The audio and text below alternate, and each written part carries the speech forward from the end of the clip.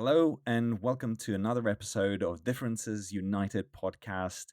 Today, we have a really important topic, in my opinion, and it basically goes down the line of your partner does something, you overreact, and it happens again. And let's explore today what is actually happening behind the scenes. And for this exploration, I invited a very interesting guest, someone that I respect and trust. And today I'm speaking with Mario Sikora, who has been working with the Enneagram for nearly 30 years, is the creator of Awareness to Action approach. And what makes Mario's work different to all the other models that approach the Enneagram is that he has a really pragmatic, no nonsense style. He's focusing on what actually is helping people to change, understanding the why behind what we do, as well as building the capacity to choose different responses. His philosophy is about seeing clearly and acting accordingly. It's very important for today's conversation. It is practically relevant for all type of relationships, but especially we're talking today about the relationship with your partner, because it shows us that personality isn't just about who we are. It is about the strategies we develop to feel safe, connected, and in control. And when two people are running two different strategies, this is where the friction really happens. Mario, I really appreciate you joining today's conversation. It's a pleasure to be here, Alan, and I really appreciate the invitation. So I'm looking forward to our conversation. Thank you. Thank you. So, for the past several months, I've been really interested in researching and basically preparing a training on the topic of understanding the hidden expectations behind our reactions. And the combination of cognitive behavioral approach with the Enneagram, I believe, makes the Enneagram one of the best tools out there to help us discover what is happening behind the scenes within our minds. And we will be using an important keyword today, which is distortions.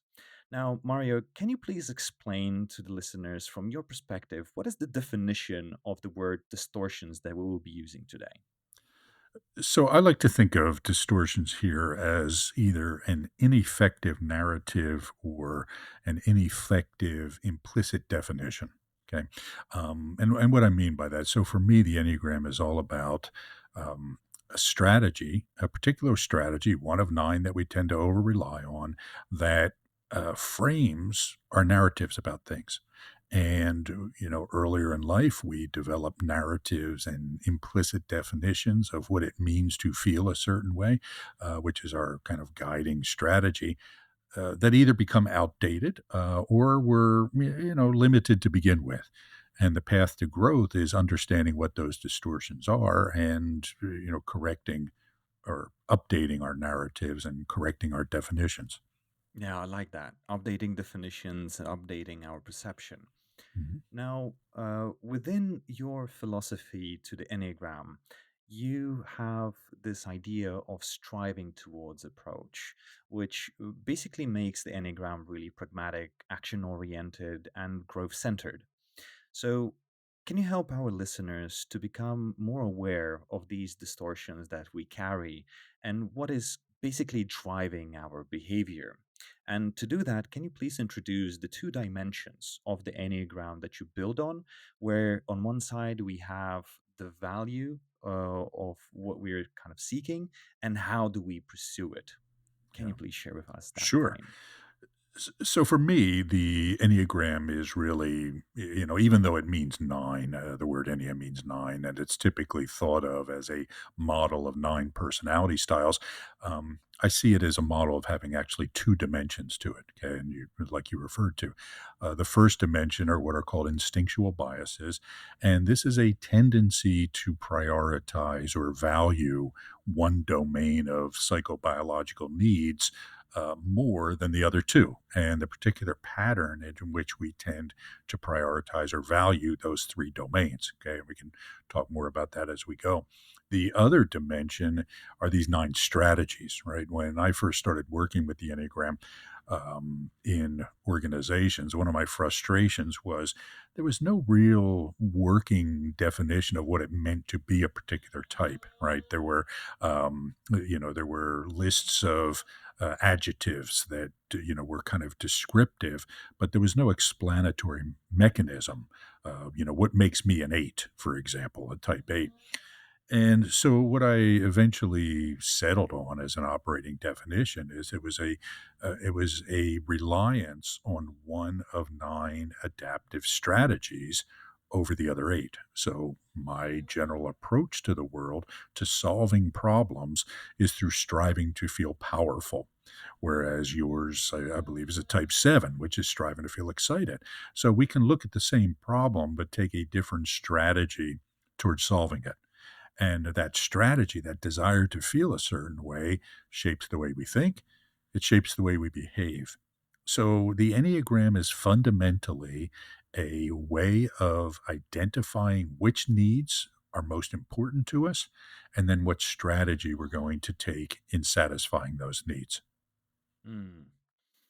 And when we apply this context into the day-to-day relationship frame, and from one side, of course, this is how we process, this is how we understand it. At the same time, we've kind of developed a frame of believing, well, if it's right for us, it's right for our partner. Mhm. And when we encounter relationships, that kind of doesn't function. Can you Yeah. expand on that? Well well, let me start off by saying I'll tell a quick story here. So I have my wife and I have 4 sons. We've been married almost 25 years now. And recently one of my sons was saying to me how he was starting to notice how many of his friends' parents were divorced. And he said, "I never really knew that that was such a big thing." And he says, "Why is that?" And I said, "Because relationships are really, really hard. And the longer they go on, the harder they can get, right? So first of all, I think what you're doing here is really important work because anything we can do to improve our relationships is really, really important. But I think what you identified there is one of the fundamental things that we have to get through our heads is that just because I think something is important doesn't mean everybody else does or should, and that it's okay if other people don't share our same priorities or our same style of satisfying those priorities. Now, this doesn't mean that we don't have to negotiate things and we don't have to set boundaries and limits on behavior and all of that. But problematic behavior aside, differences of opinion and perspective need to be understood, respected, and negotiated for any relationship to work. Mm. This leads me kind of to I'm a bit sidetracking from the set Uh, of questions, sure. but that's why I love having conversations with you because like we touch so many important things, and um, when we kind of apply this idea of differences and idea that we not only can be but we actually are different compared to our partners, and we come to a point where how would you define your capacity with having such a long-term relationship to get over the idea that the differences that we have between each other in terms of our worldviews, perception, and everything else, where we don't get into the idea that if we have differences, it means that I'm not accepted. Yeah, so that's an interesting question, right? Because we can so often um, confuse our thoughts with our value, right? Or our beliefs or our needs with our value. And therefore, we can get into thinking, well, if you don't think the same thing's important that I do, that means you don't think that I am good or I am valuable. And we really need to learn to separate that, right? And start to distinguish. I always talk about distinguishing the negotiables from the non-negotiables. Okay. And we have to be clear on what a non negotiable is, and then make sure that our reason for it being non negotiable is a healthy one. Okay. So, there's certain things in every relationship we have to say, okay, you cannot do that. Okay. Mhm. But once we set that aside, we have to start asking ourselves, okay, this is a negotiable, this is an optional sort of thing. And there's many things. Look, my wife is an amazing woman, right? I mean, just the fact that she has stayed married to me for this long means that she's incredibly patient, okay, and understanding. Um, but she's also kind and smart and funny and all these wonderful things. And there are things that she prioritizes that to me just make no sense or are not of interest or aren't important to me. And there are times when I find myself starting to get frustrated um, because she's not paying attention to the things that I think are important. And she is, in my mind, wasting time on these things that I do not think are important. And I just have to remind myself that in the same way that I have biases, she does as well. And I would not want her to think my biases are stupid or, unworthy or whatever it is. And so, we need to have patience and compassion for these differences. Right. Mm. And so I have to look at whenever I find myself starting to get irritated which is far too frequently, not because of her, but because of me and my just impatience. I have to step back and ask myself, okay, is this just her doing her preserving seven stuff and me doing, my navigating eight stuff? And if so, just step back and accept it because that's Mm. how it works, right? Now, acceptance is important, right? So, acceptance is something we talk about a lot in our work. And acceptance does not mean abdication. It does not mean, okay, well, I'm just going to put up with anything because otherwise, she won't love me or, whatever. No, acceptance is stepping back and getting some emotional distance and realizing, okay, this is how things are. How am I going to act? In accordance, right? Instead of getting emotional about it, instead of getting angry, saying, okay, here's what the situation is. What's the best solution forward? And the best solution forward is almost always, in our case, not just accept her for how she is, right? Mm. Because it's not a problem.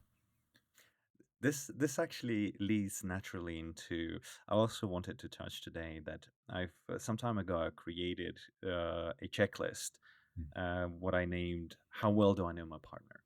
mm, And what you've just shared really touches the point of knowing the goal of the relationship, mm, where accepting each other's quirks, if we may say like that, is not just about the situation itself, but it's also about why are we together?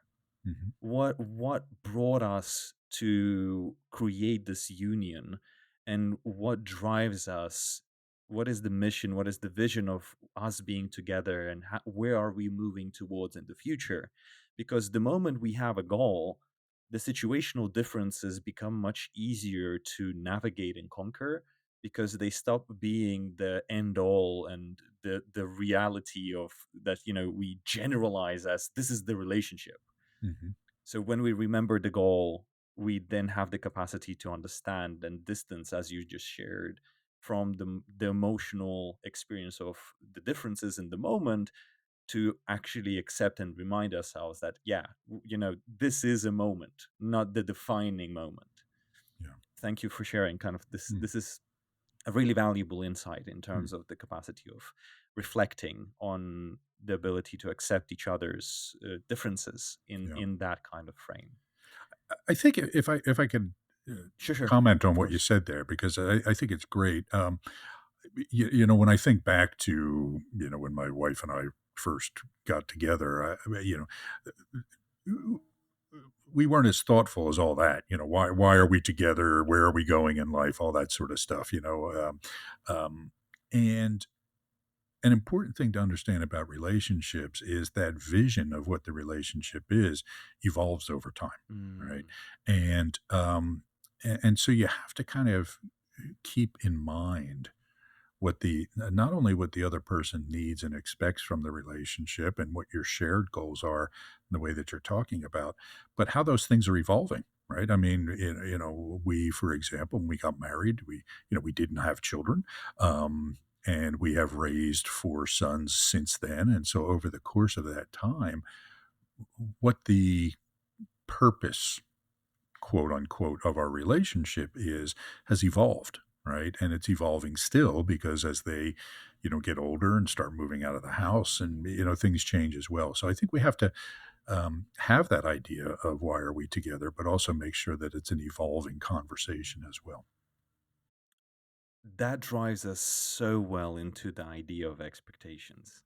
Mm, And another big thing that I believe that is really making the point and kind of driving home the idea that you just shared, that there is an evolution of the purpose of the relationship that is ever evolving from the start, is that knowing what kind of roles we attach to each other, that for example, like every single role, that it could be a friend, a partner, a provider, protector, co-parent, all these labels we can attach to a role that our partner has.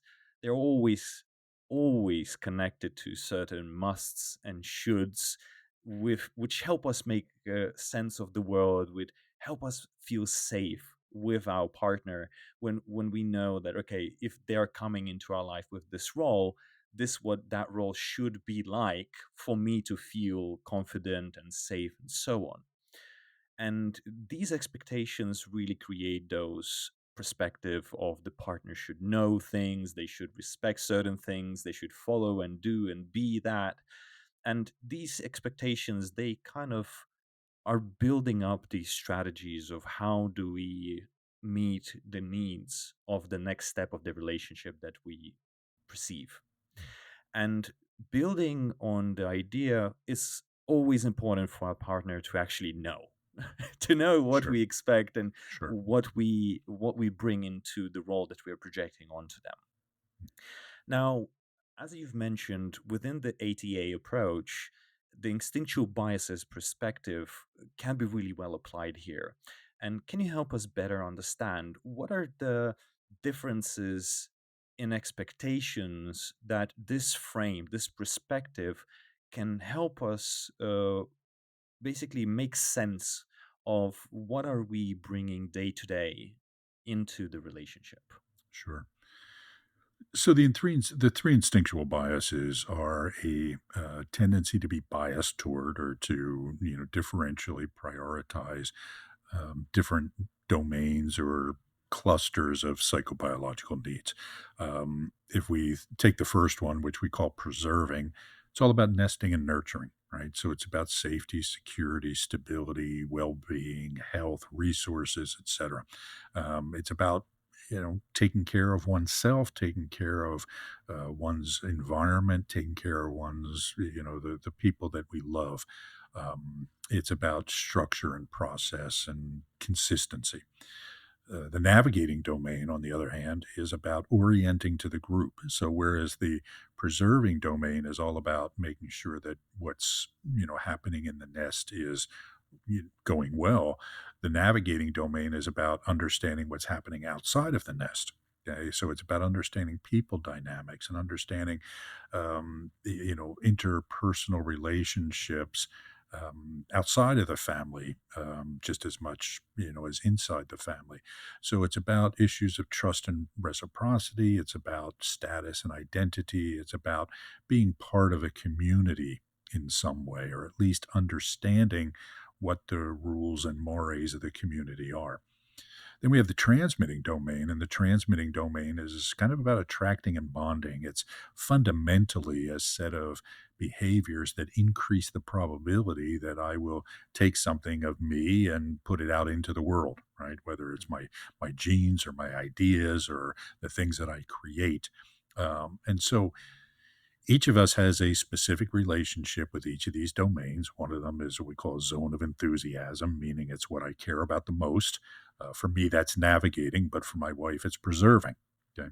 Mhm. Then we have what's called a zone of inner conflict, meaning it's one that we kind of care about, but we also are conflicted about, that we, have a love hate relationship with in some ways. And then the third one is what we call a zone of indifference. And this is one that we just don't think is that important. And therefore, we don't pay enough attention to it. And we're often not skilled in it. So we could say that it's kind of a gap in our skill set very often. Now, it just so happens that my wife's zone of, a zone of enthusiasm happens to be my zone of indifference. Okay. Which, can be problematic at times in a relationship, right? Because, she talks all about preserving stuff or, I mean, not all, but she talks a lot about preserving stuff and focuses on that. And I have to remind myself that just because I am indifferent to it doesn't mean that it's not important, right? That my indifference to it is often a weakness for me, and that I have to remind myself, okay, don't become dismissive of these things that are so important to her just because they're not as important to me. And doing that, I have found is kind of a number one thing that has aided our relationship, right? Of just reminding myself my weakness is seeing these things as unimportant. Her strength is seeing them as important. So I have to take advantage of some of her strength to overcome some of my weakness here. Mm. Mm.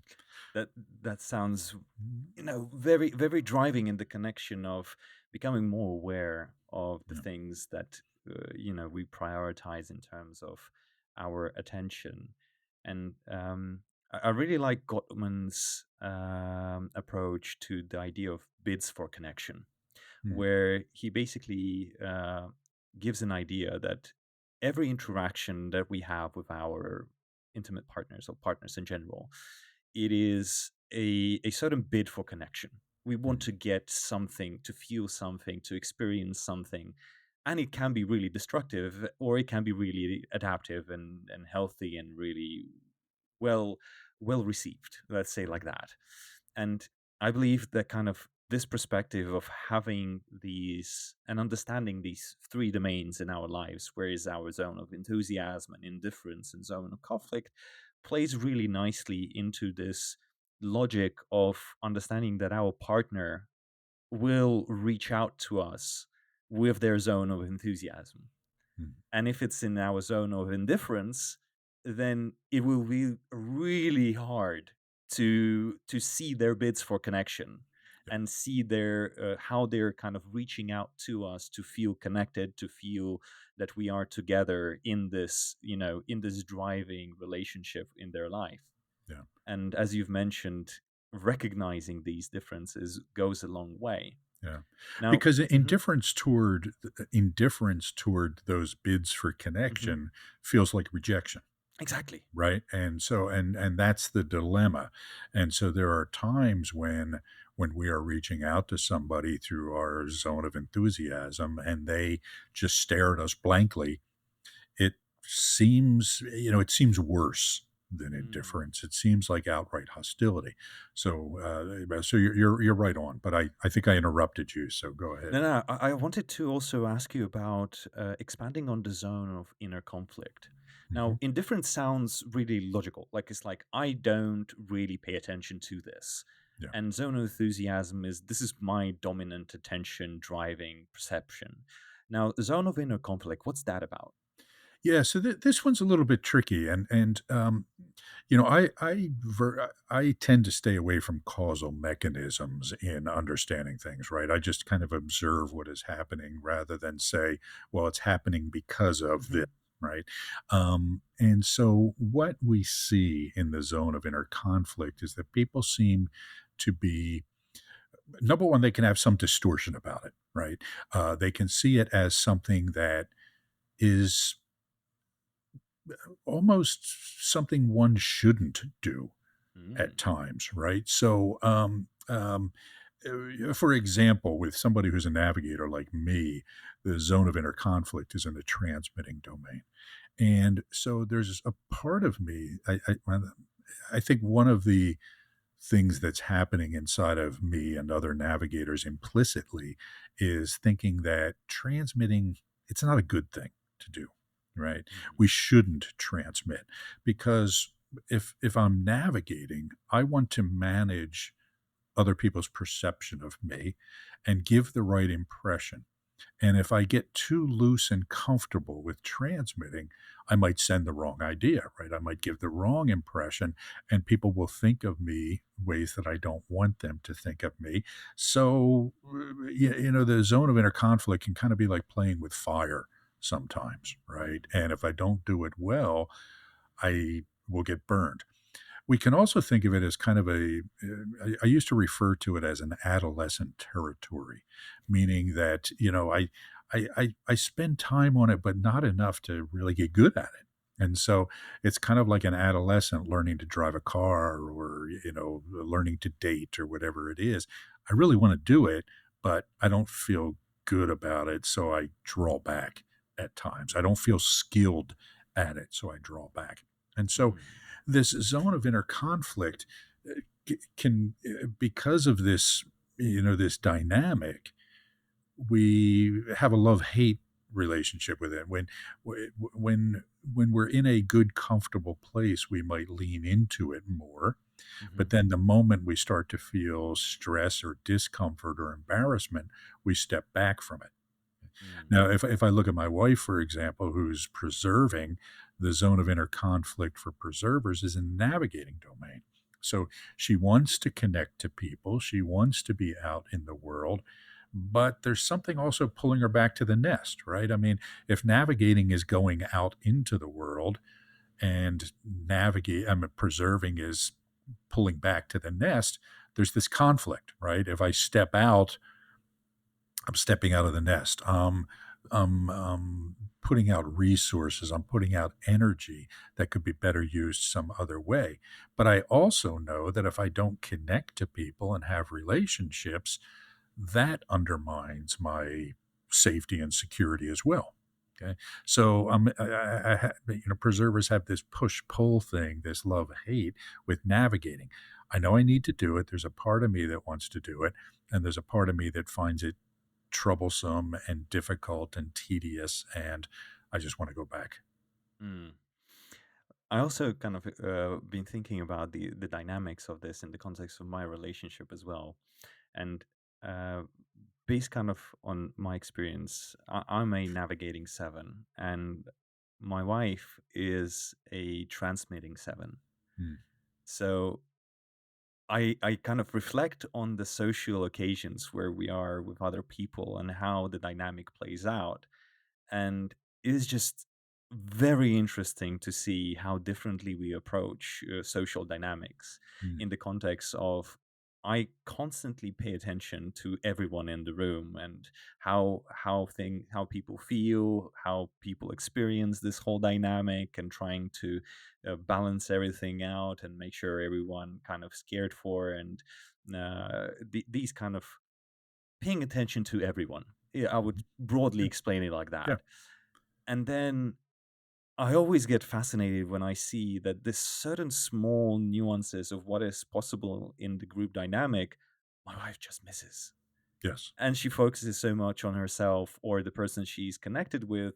And then everyone else is just left outside of that moment. right. And it's very fascinating to me because it was like, I remember one moment when we were like at one event and basically we were together with a friend. And I was like, we were giving so much attention to each other, and I was noticing that the friend was kind of left out. And I was Mm, like, "Hey, try to give her some attention as well." And it was a bit kind of awkward because she was focusing on me so much. I was the center of her attention.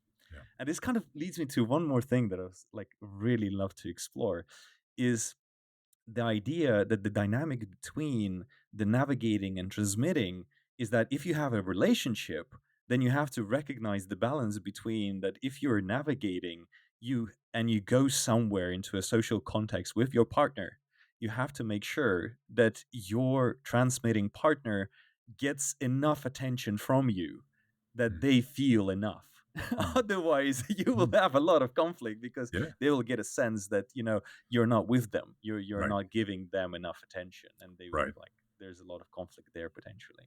Yeah. Yeah, with the transmitting domain, there's this tendency to sort of broadcast and narrowcast, right? So the attention goes outward to scan the room, and then it, lasers in on a particular other. And if they're not getting the attention from that particular other, and the attention in this case is just listening to them talk or observing them or admiring them or receiving what's going on, or being kind of an engaged exchange, okay, because transmitters, they can seem like they want to do all the talking, but they want the other person to engage as well, right? Hmm. They want to see the other person matching their energy. Hmm.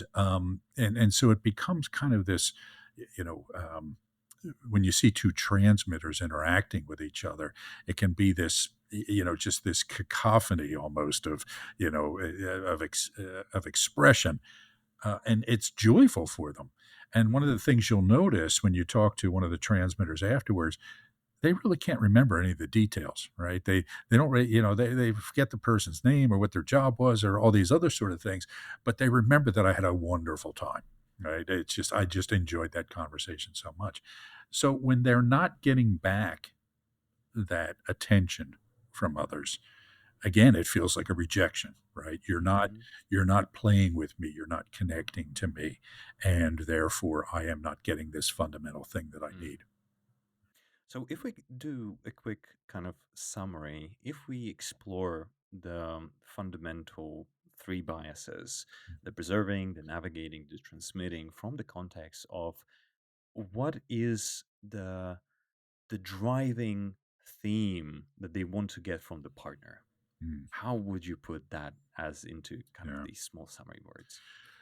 So preservers are looking for stability and safety, right? Very simple. They want consistency in the other. They want dependability. They just want them there. Preservers have a tendency to just want this significant other close by.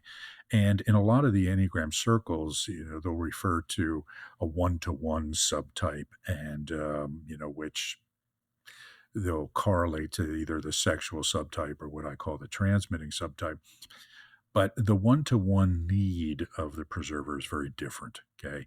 I just want the person that makes me feel safe to be there, okay? Even if they're not paying attention to me, right? Even if we're not talking to each other, just knowing that you're on the sofa there with me feels good, right?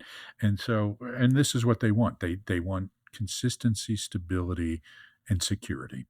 Can I The also Yeah, expand one more thing? Like when we're sure. saying these nuances, can you please validate or disvalidate my idea? Is that when we say these words, feel safe, Yeah, consistency, being there for each other, we have to always remember that based on how we grew up, what meanings we learned, and our own internal definitions, these words will mean totally different things. yeah, And it's hugely important to build that mutual awareness of each other's vocabulary to the extent where we don't just say, I want to feel safe, but also we build the awareness of what for our partner that actually means in yeah. practice. That's an excellent point. And so if we dig down a little bit further on the preserving domain, when we talk about, they want to feel safe, it's often literally just a physical safety, right? I mean, I want to feel like no harm, no physical harm is going to come to me, that I won't be denied the fundamental resources that I need in life. We'll always have food. We'll always have shelter. We'll always, there won't be danger in the place. Now, navigators feel safe in a different way, to your point, right? So safety is not related to those things; it's related to other things, other than physical safety. It doesn't mean navigators don't want to be physically safe, but it's just not something they think about nearly as much. But also within the context of preserving, the meaning of safety and how does it play out physically can be varying to large extent. That's what I meant, Oh, is that yes. kind of understanding that safety is just I see you, versus safety is something where, I don't need to necessarily see you, but I need to know that we have XYZ together and so on. Right, So kind of right. defining what does it mean to feel safe with each individual separately, not generalizing the context of just feel Yeah, safe is important, and then you just project, okay, for me safety is that, and then I right. just play on that idea. Mhm. Okay, good. Um, so I certainly agree with that, and Hmm. and that's an important thing. So we have to always figure out what that need is from the other person, because it will be different, right? What my wife needs to feel safe is going to be very different from what other preserving sevens even might think in the same way. Hmm. Okay. So that's preserving. Yeah. Next, navigating. What do they demand and need? Yeah. So, it's interesting with navigators because navigators tend to see the partner as a, a, a collaborator on the journey, right? Hmm. A a co-traveler in a sense of figuring out what life is and what is out there to explore. And I want you to be with me as we go out into the world. Okay. Now, and it's important to say that we all have all of these needs, right? So, there's times when I need to be in the nest and I just need to be, safe and well fed and all these other sort of things. But my attention keeps going outward. And to navigators, very often, we want somebody there who we can turn to and say, are you seeing what I'm seeing? Right? Whether it be the dynamics in a group or whether it be a place that we're traveling to, right? I want to, it's the validation is almost you're seeing this, right? Okay. And, and then so again, it makes my observation or my experience feel more valid and important because I know that somebody else is having it as well. Man, this is like direct words that I basically build my relationship on. Like, I want to share this world with you. I want Yes. you to be part of my journey, and we journey Yeah. together. Like, man, my words. This is just how exactly I explain to my wife Yeah. what I'm Yeah. seeking. Yeah, and I'm always talking to my wife about things that are happening in the world, and whether it be politics or social dynamics or whatever it is, and and uh, uh, she'll tolerate it to some extent, right? But eventually, she says, "Okay, that's enough." I, Too much. yeah, it's too much. Uh, I don't care that much, kind of thing, So. And it's important. She does not care about you that much. It's just the topic. Right, exactly, right, and that's the distinction, right? So Mhm. I'll share a story. So early on in our relationship, I was going on about something to my wife. I don't recall what it was, and she was staring at me, and she just smiled and said, "I need you to know I'm not listening anymore." Right, and there was no judgment involved. She was just saying, we've reached to the limit of my attention and I'm just not listening anymore, um, and a lot of people might have taken that as a real criticism, and to me it was okay. I respect that, because Mm. she's saying this is the limitation of what I can take on this topic and I'm ready to move on. That's actually beautiful, because we will touch upon this idea of personalization today, and it took me, even though I had the capacity to have acceptance for that kind of notion in life, but at the same time, it took a while to actually get to a point where you're like, it's not about me being too demanding or too heavy or, too expansive or too much. It is that she reached the capacity, and that's fine. Yeah. Like, as long as she doesn't she says it up front, whereas like I'm tired now, can we wrap this up, and Yeah, you're like, okay, it's about you, not about me, and right. that distinction really helps communication for Yeah. sure. I think we have to be able to tell the difference between you are doing blank and you are blank, Mm, right? And when we can separate out the doing from the the whole of the individual, that helps and it's important, right? mhm, But it's not a step that people often take to make the distinction between. yeah. And then if we look at the transmitters, what in your experience for them is the key of what they're seeking from the relationship? So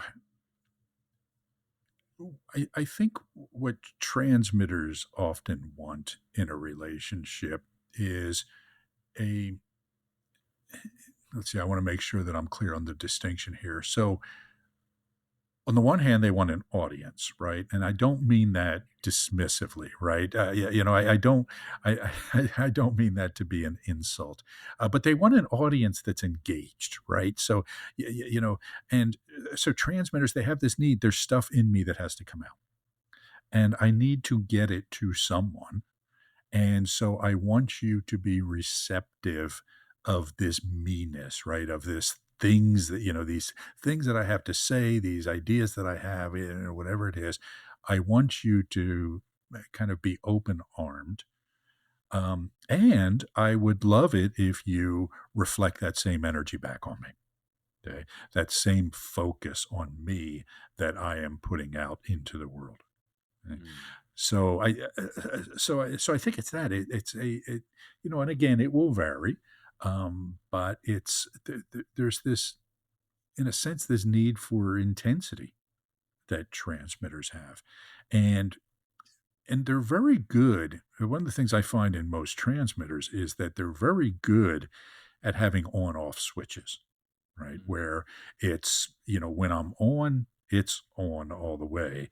And when it's off, it's off. I'm gone, right? And so transmitters often seem like the extroverts who love the party and love to be there. But it's really kind of a facade, right? They give that impression while they're there, but then they want to leave, right? And when they leave, they want to close the door. They want to pull the curtains down. They don't want anybody to bother because transmitting takes up a lot of energy and I am done, right? Yeah. Right? Oh man, I'm listening, and yeah, yeah, true, true. Yeah.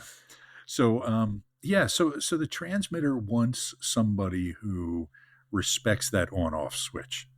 Okay. Absolutely. That when I'm on, I need you to be on with me. When I'm off, I need you to leave me alone. Yeah, yeah. It's like the bedtime routine. I just watched a short video yesterday of Uh-huh. like there was like a meme Pegman sketch where like um she turns off the phone, everyone turns off the phone, and it's like, Yeah, yeah, right. that's the bedtime story. If she's off, everyone is off. Yes. Yeah, I love that. Okay. Uh, Good. Mhm. So, kind of having explored the instinctual biases, you also, within the ATA approach, uh, have a big kind of focus on the idea that our biggest derailers in terms of our behavior, in terms of our state, is misusing the primary strategy of striving to feel something, Yeah. as well as overusing the so called support strategy to hold on to that feeling. And this topic is tightly connected to what I believe is stress triggers, where something happens between us and the partner. And this is where it is highly valuable to build our awareness of what is stressful, what is triggering for both ourselves and for our partners. From here, we kind of,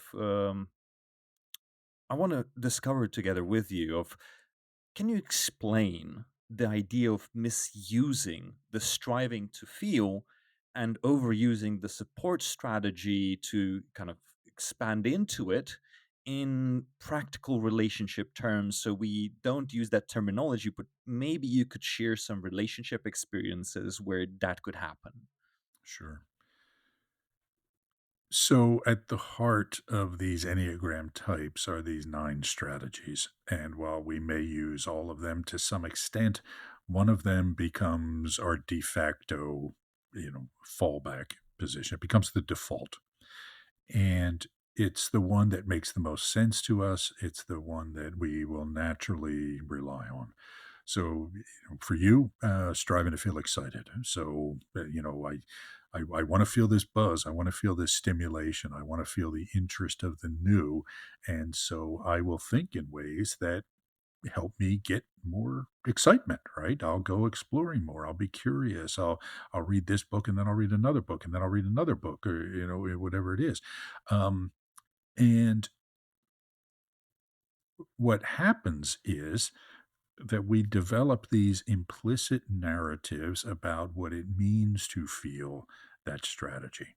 So excited for your in your case. Now, I'm generalizing here about people of your strategy rather than speaking about you in particular. Hmm. But that striving to feel excited could mean I need to be doing something different all the time, or I need to have options. Okay. Because if I do one thing, then I'm missing out on all these other sort of things. So it can be hard to decide. It can be hard to, not get distracted by new options because there are other things happening out there.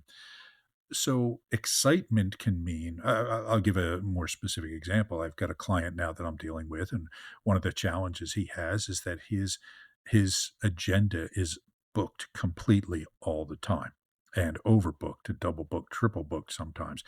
And he keeps doing more. He keeps because that feels right for him. And he doesn't put in an hour of not having meetings ever on his calendar just to kind of think and to step back and to strategize and so forth. So dis- he has a particular version implicitly of what it means to be excited that is not necessarily effective because what it ends up causing is frustration.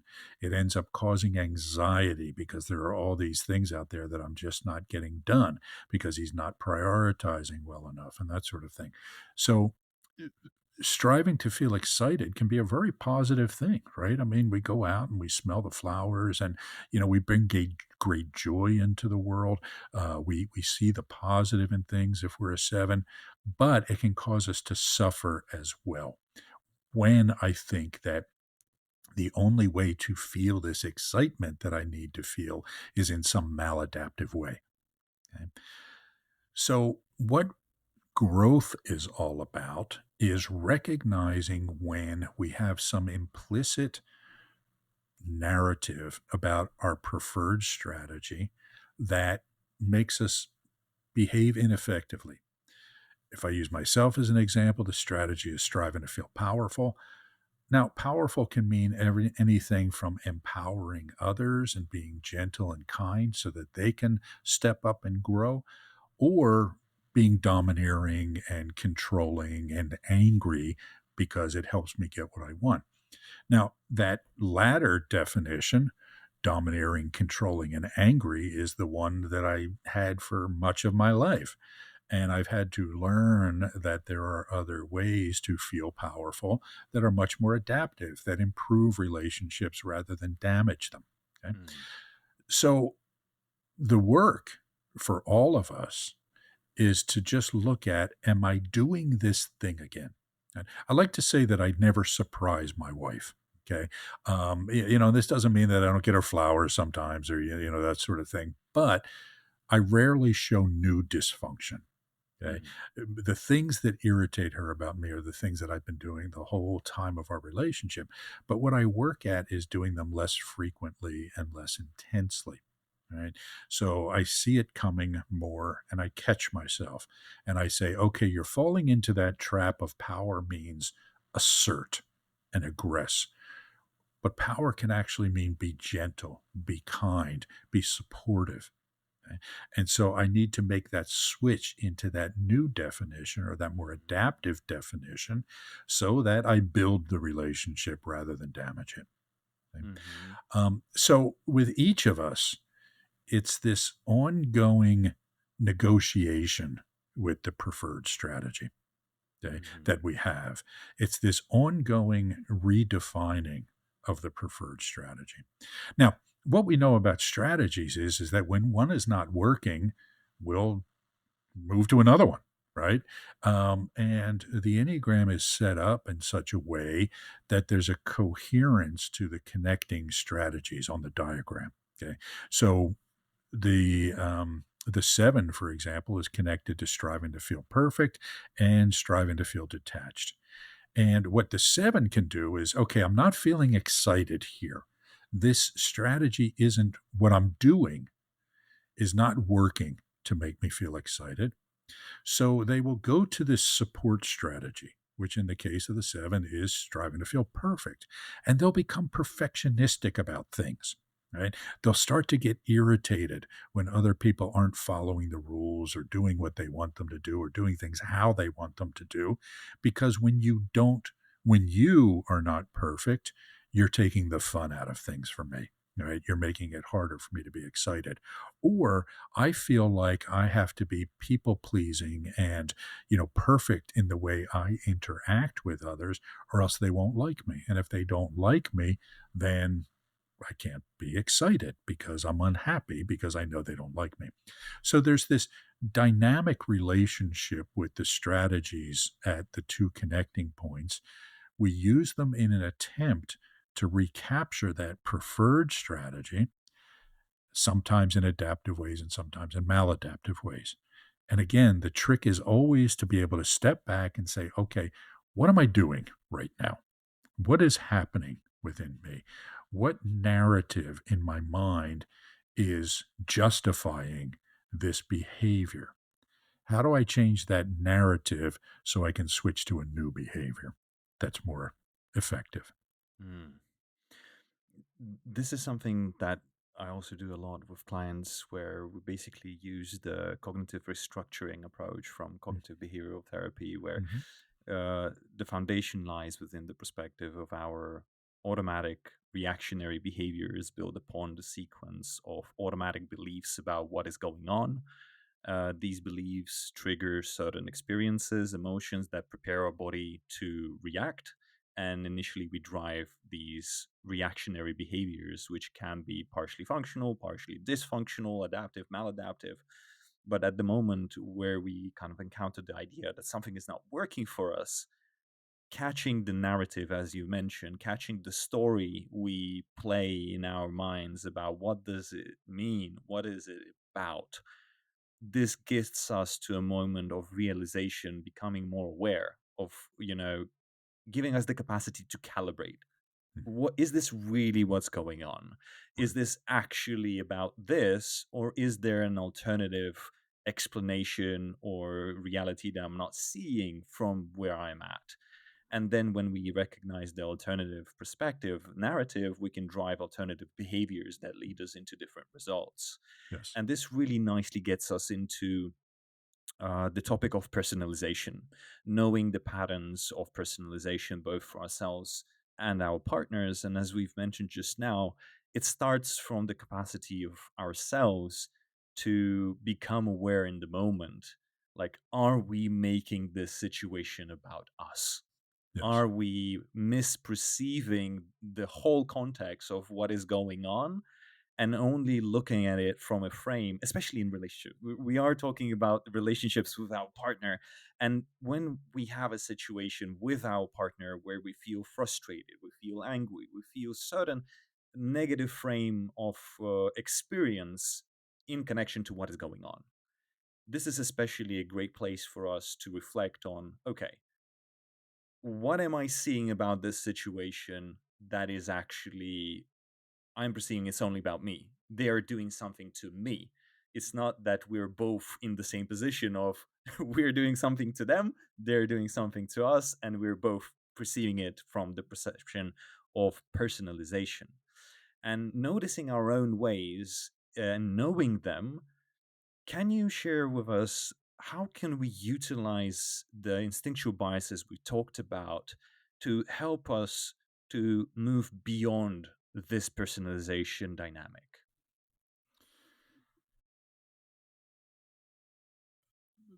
I like to tell people that we're all the heroes of our own story, right? And so we see the world through our lens. We see the world through our narration. We see the world through our perspective and our needs. And we can get trapped if we put this in terms of the instinctual biases. We can get trapped into thinking that my instinctual bias is the theme of the story here. And so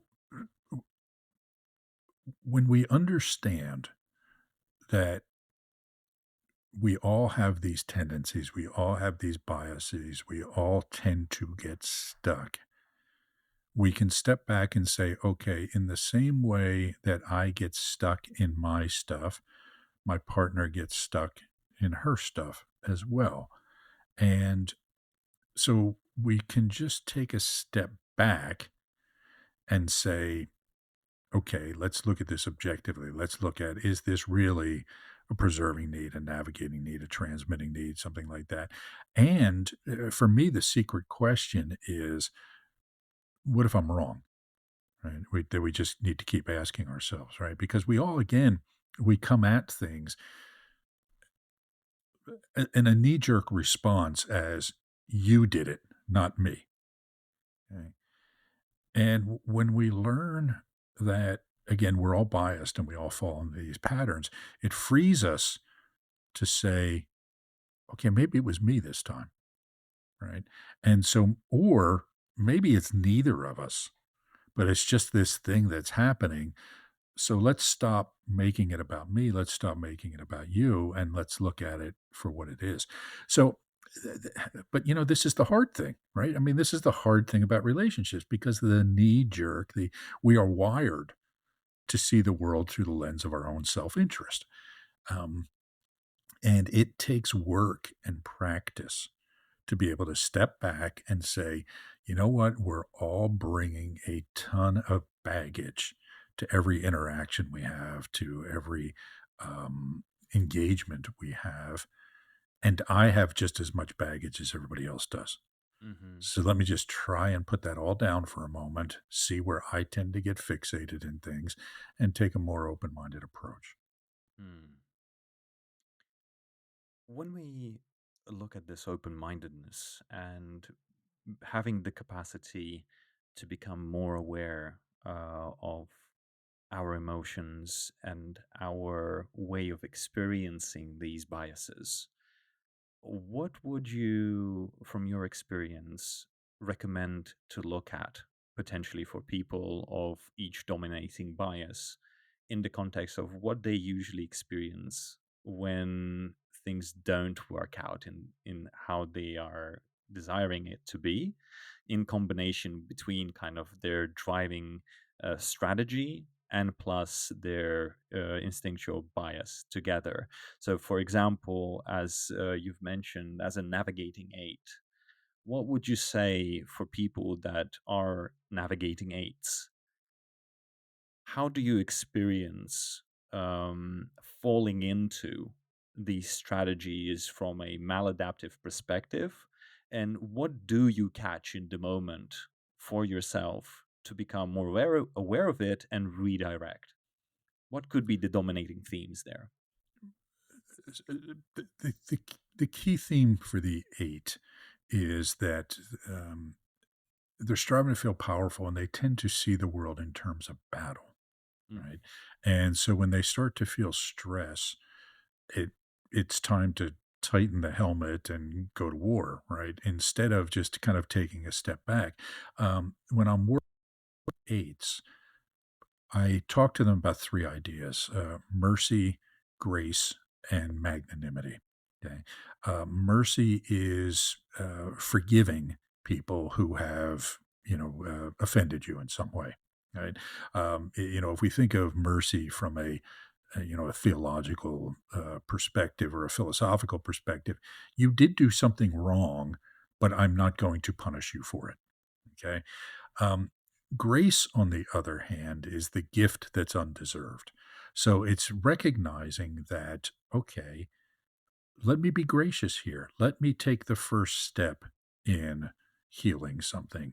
Let me give to someone whether they deserve it or not, right? So it's kind of a mindset of abundance, right? Of, I have extra and I'm going to give it to you.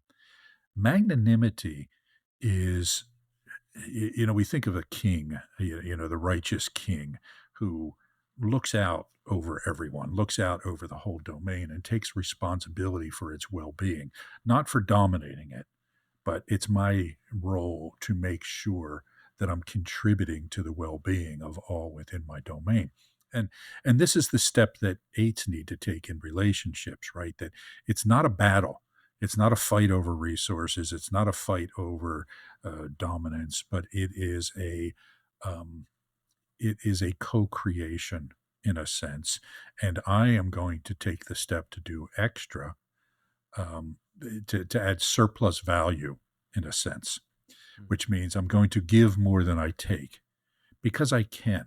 And I think this is the important thing that we all have to understand about relationships is that if we don't feel good about ourselves, if we don't feel capable and competent ourselves, it's hard to have a good relationship with somebody because we always feel like we're coming from a place of vulnerability.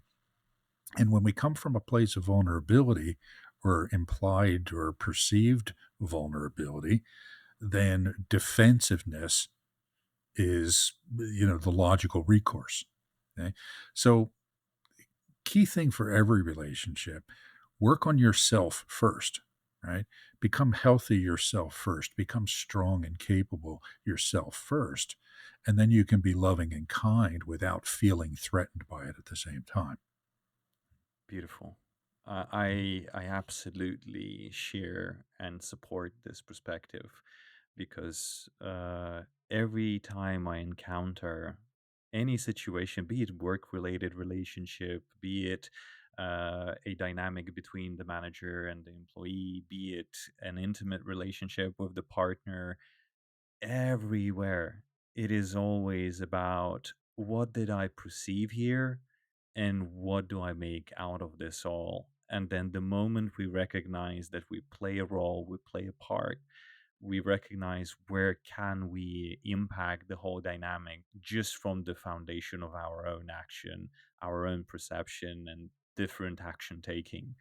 And I just I'm fascinated by what you just shared in the context of the eight, of the type eight, in the context of mercy, grace, and the other one was Magnanimity. magnanimity. First time I'm hearing this word with it Uh, sounds grandiose. And well, Magnum is the king, right? uh-huh. And so it's Oh. this quality of the righteous king who is Uh-huh. protective of the whole.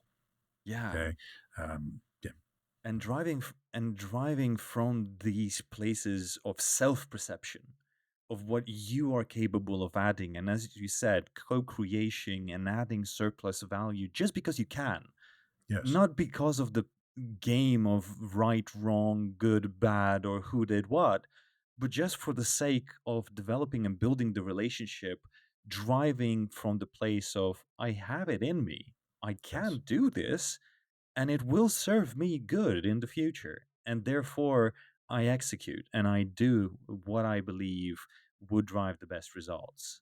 yeah. And, I would love to get also your ideas on other types as well. What would you say, like maybe in general strokes, just to kind of respect your time today as well? Yeah. What would you say other types should also go into kind of these situations from a different mindset? What should they Yeah. deploy just like the eights? If we go briefly around Mhm. each of the types, there is this sort of lesson I think that um, each of us can take on. So if we look at the type one who is striving to feel perfect, the the critical lesson is that it is more perfect to be accepting and compassionate than it is to be critical. Okay. Mm, So, so I always like to turn these things into a rewrite or a redefinition of the strategy. So for the eight, it's you're more powerful if you are, merciful, gracious, and magnanimous. mm, For the one, it's you're more perfect if you are, accepting, and from that place of accepting, helping other people grow rather than criticizing them. Okay. mhm, Um, so for the two, the strategy is around striving to feel connected.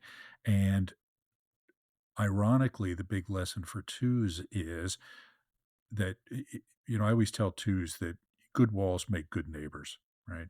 And, or good fences make good neighbors. Because what this means is we're understanding boundaries.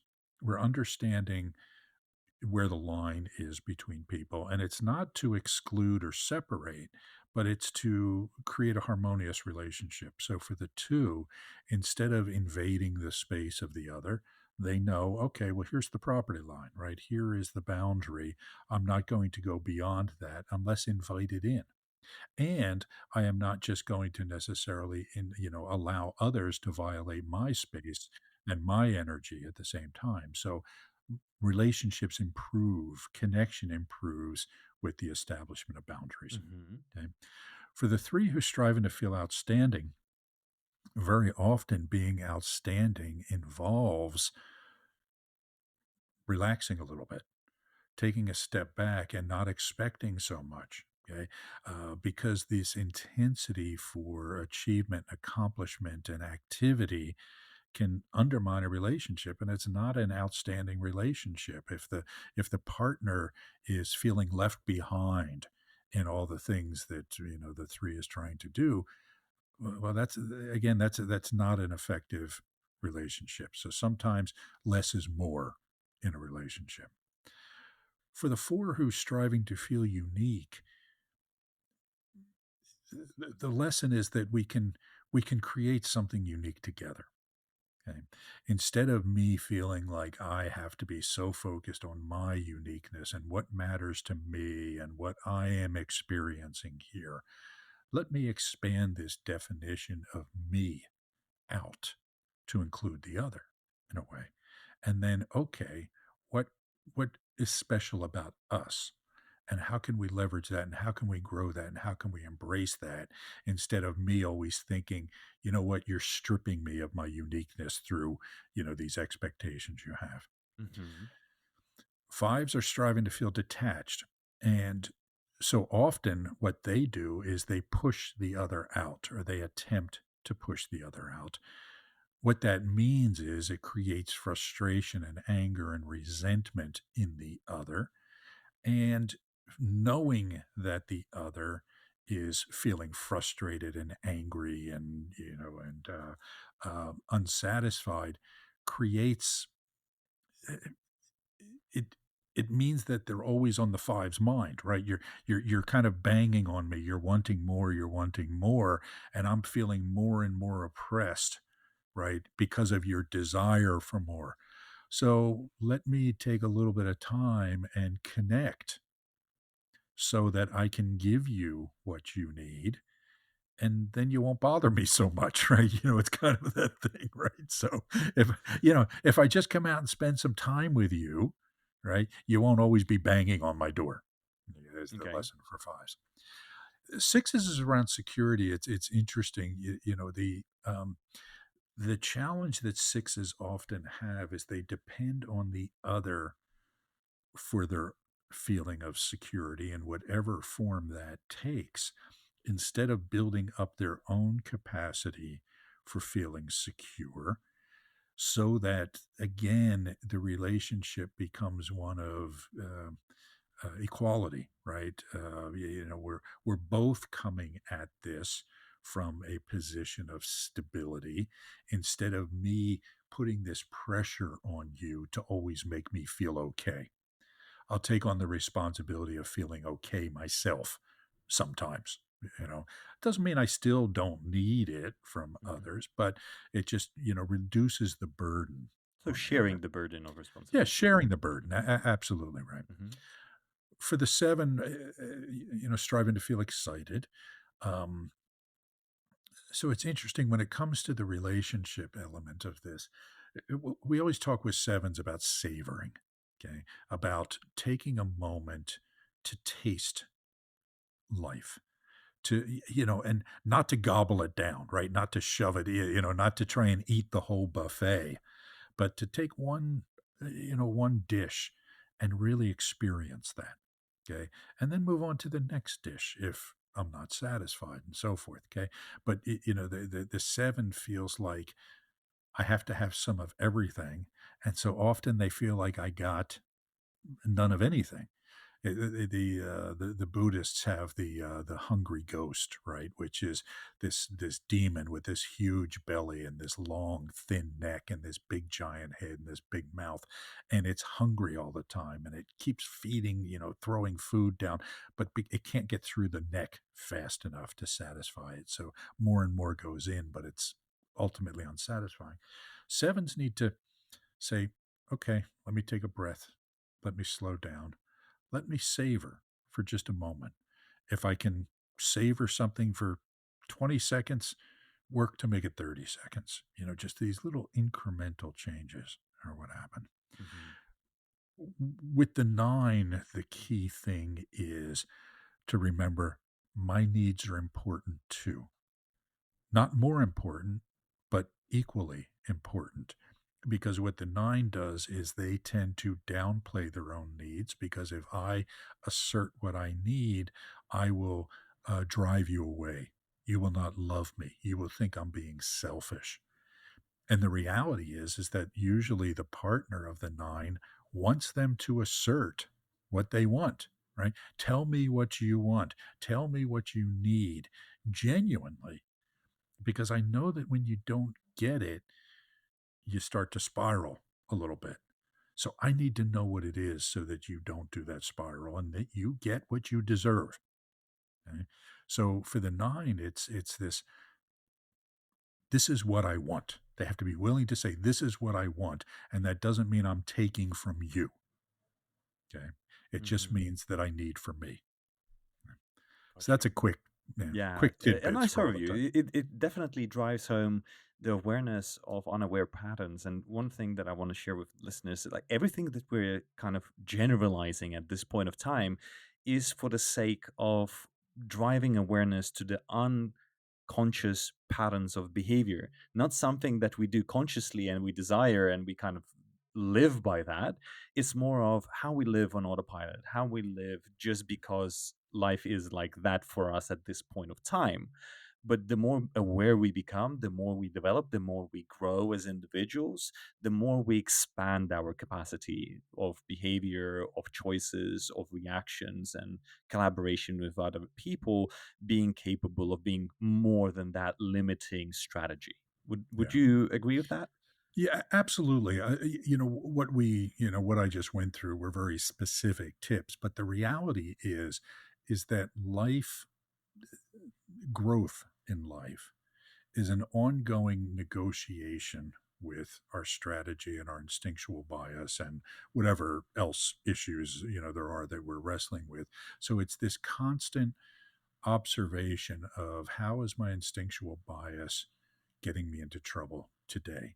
How is my strategy holding me back today?